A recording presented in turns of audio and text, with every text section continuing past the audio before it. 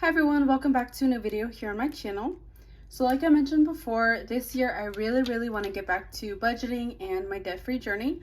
So this video is going to be my first monthly debt update for the year. I plan to start doing these at the end of each month just like I was doing before, but this time I have a lot of updates because it has been quite a year. So I'm going to quickly go over what my goals are for this year.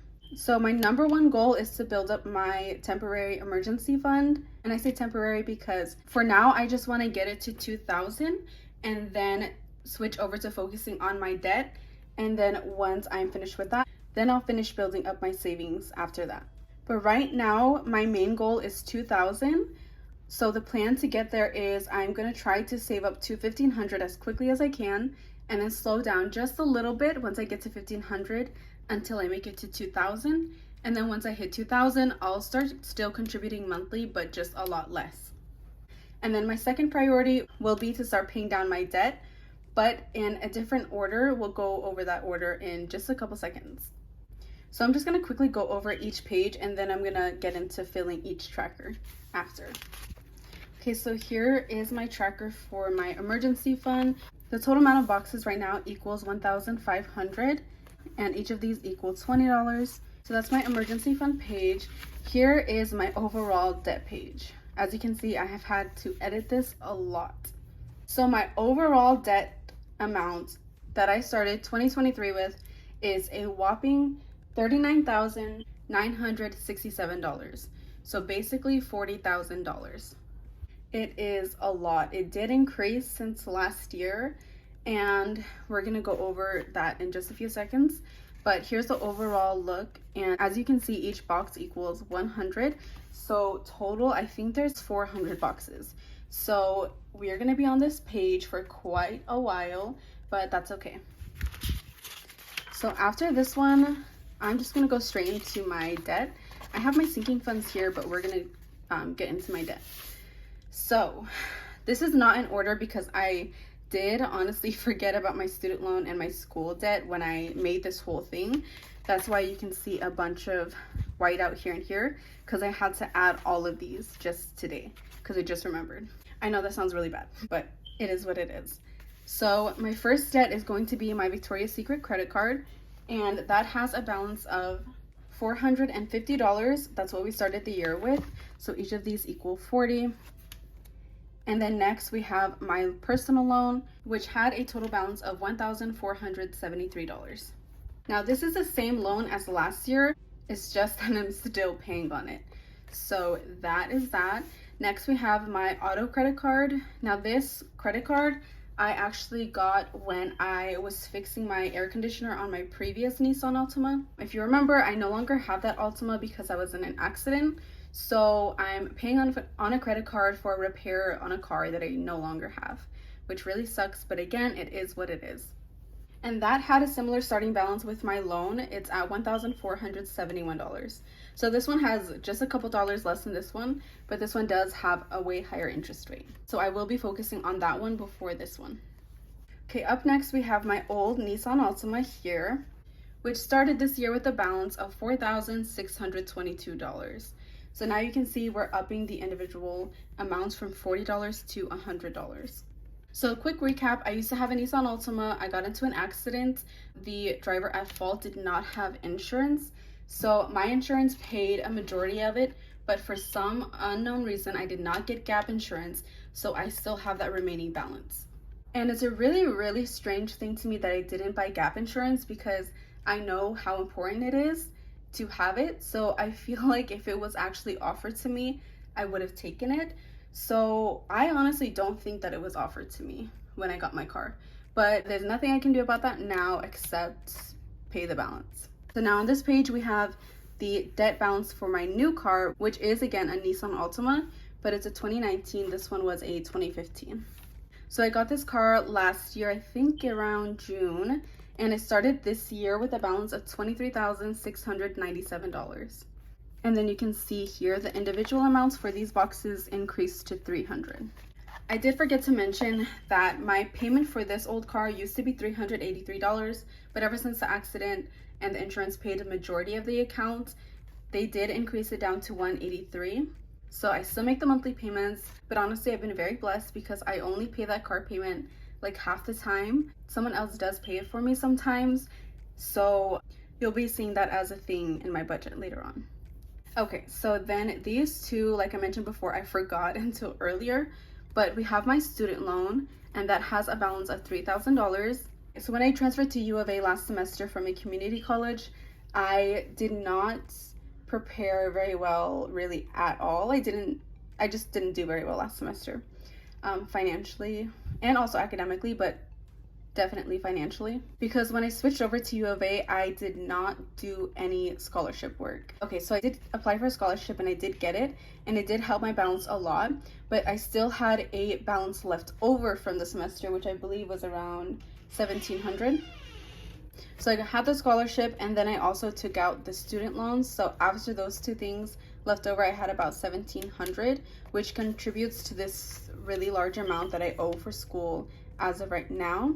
But the part where I am financially irresponsible is that I didn't pay any of that last semester. So now I have to pay for this semester and last semester's. So yeah, that is where I messed up. But that's where my student loan is at $3,000. Okay, and then this really big piece is what I owe for my school currently for last semester and this semester. So the total amount that I owe for school is $5,227. So as you can see, these are all in hundreds.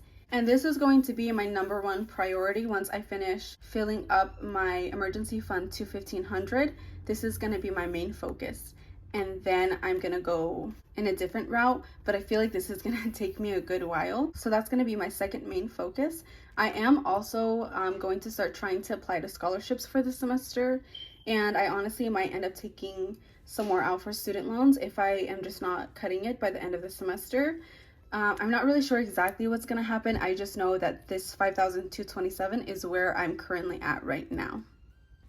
So I am just going to plan like I am going to pay for the full thing out of pocket, and hopefully later on something will happen and it will work out that I don't pay the full amount. But that's what it's looking like right now. Like I said, lots of changes and a lot of things going on. The next part we're going to look at is going to be my sinking funds tracker. We only have two for right now because I really only have two smaller focuses, which is Christmas, because I always get gifts every single Christmas, but this year I do want to be more prepared, and I do want to try to limit myself on spending as well. So I have a budget of $800, and these are broken down into 20s. And then next is going to be travel. This right here equals to $1,500. These equal 40.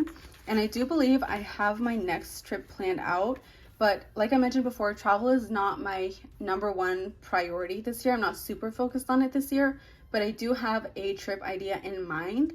I'm not 100% sure that it's going to happen. But eventually, soon, maybe next month or March, I'll start saving for that as well. We'll get more into that when the time comes. But those are all of the trackers that I have for now. Now I'm going to get into filling them for what I have completed in the month of January. So for the month of January, I was able to save a total amount of $740. I'm sorry, actually $750, but we're only going to fill up to $740 because obviously 20s are even numbers. So that is going to be 37 of these boxes.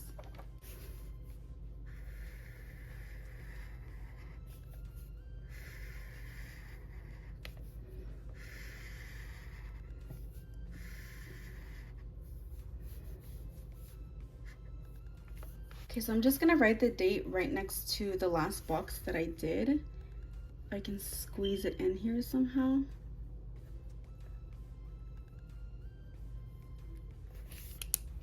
Okay, so I put January 29th because that's the date today.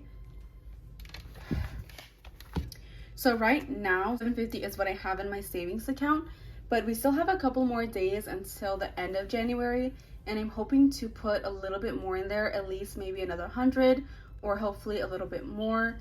My goal really was $1,000, but I shortened it to $940, and now I'm kind of just hoping I can dump as much as I can. I'm not exactly sure, but when I am able to put more into it, I'm not going to do a separate video. I'll probably just do the update on my budget Instagram, probably like on a story or a post or something. So if you want to see that, make sure you're following my budget Instagram. The link is down below and the name. I just now realized it's half, so I'm really hoping that next month we will be able to fill in the rest of the half and completely meet our $1,500 goal. So we did really, really good this month. I definitely could have put in more, but I did have some expenses that came up that I just had to pay out of pocket. For example, I had deep cleanings and I had fillings that I had to pay for out of pocket. And then my mom's birthday was this month. And there were a few other things that I had to pay out of pocket. So yeah, I definitely could have done better, but I think I'm actually really, really proud of what I was able to do this month. Okay, next we will move on to the total debt page. So for this, today we're gonna check off 5 boxes. I paid off $545. This is all just from minimum payments. I didn't pay anything extra to any of my debts. So the $545 is just from minimum payments.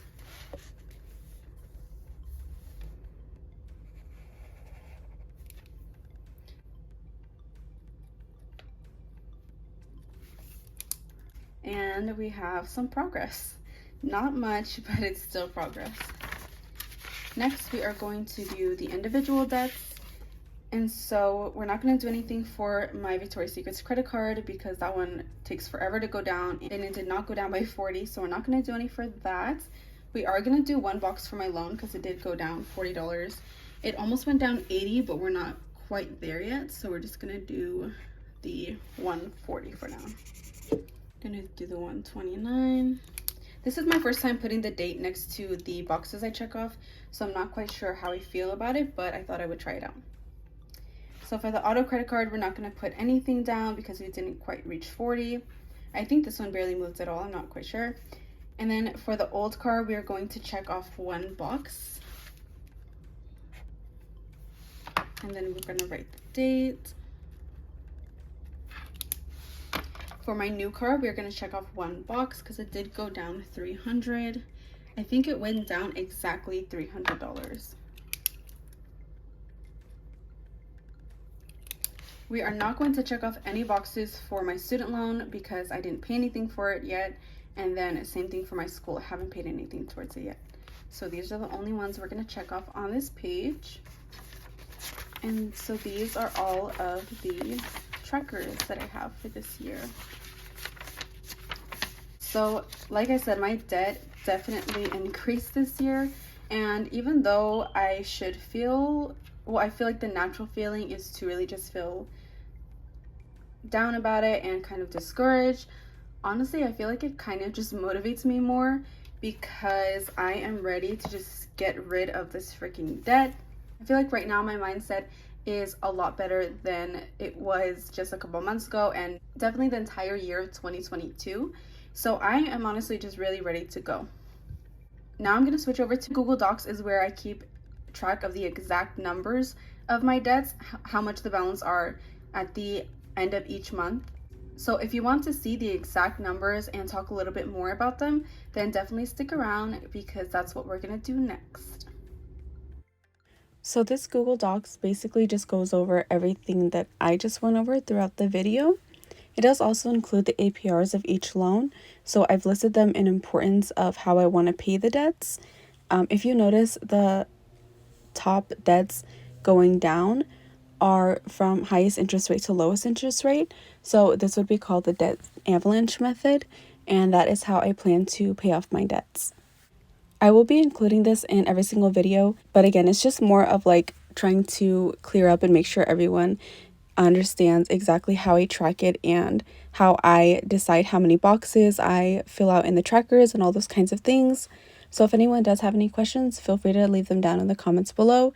And then again, if you do want to see the updates about if I'm able to save more on for my emergency fund this month, just go ahead and follow my budget Instagram. Thank you.